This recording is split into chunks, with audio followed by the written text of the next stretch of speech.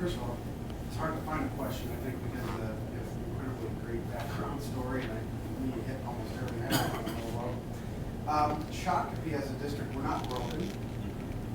We're growing, and we've already been through just a recent facilities planning process this last fall, so we kind of have a really good picture of what is likely to happen in the next 10 years. So my question to you would be, with all the great experience that you've had in these multiple districts and whatnot, what do you see your first couple of years looking like, knowing that we don't have a big challenge like that to face?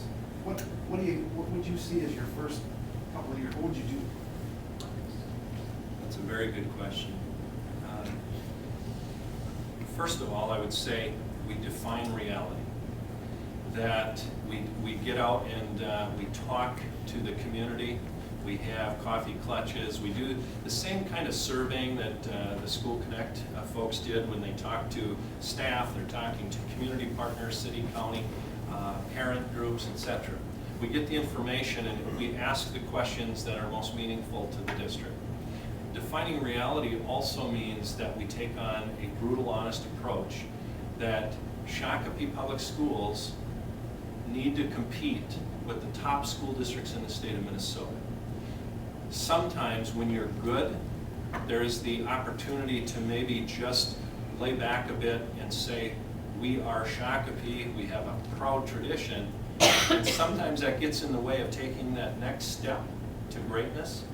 If you look at academically, there's a lot to be proud of here, but there are some real interesting challenges too.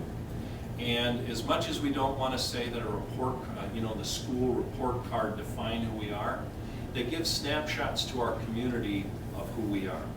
It's our job as community members and advocates for schools to define a plan or a program that increases student achievement, and at the same time, it increases our ability for best practices in the classroom.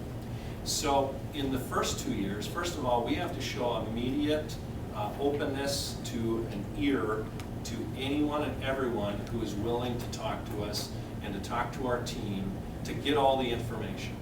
We also can't rest back and say, well, in 2 or 3 years we're going to improve student instruction or student achievement.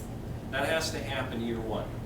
We have to come in hitting the ground running, knowing that some great things are already in place. Your principals are working hard, the teachers are working hard, but there are some things that maybe with a new set of lenses and some data retrieving and some gathering of data that we can figure out that can even take us from here to that next level. And I'm pretty sure you've heard a whole lot about good to great, and so I'm not going to keep going down that path, but it is philosophically a good point to look at in terms of making sure we get the right people in the right seats on that bus.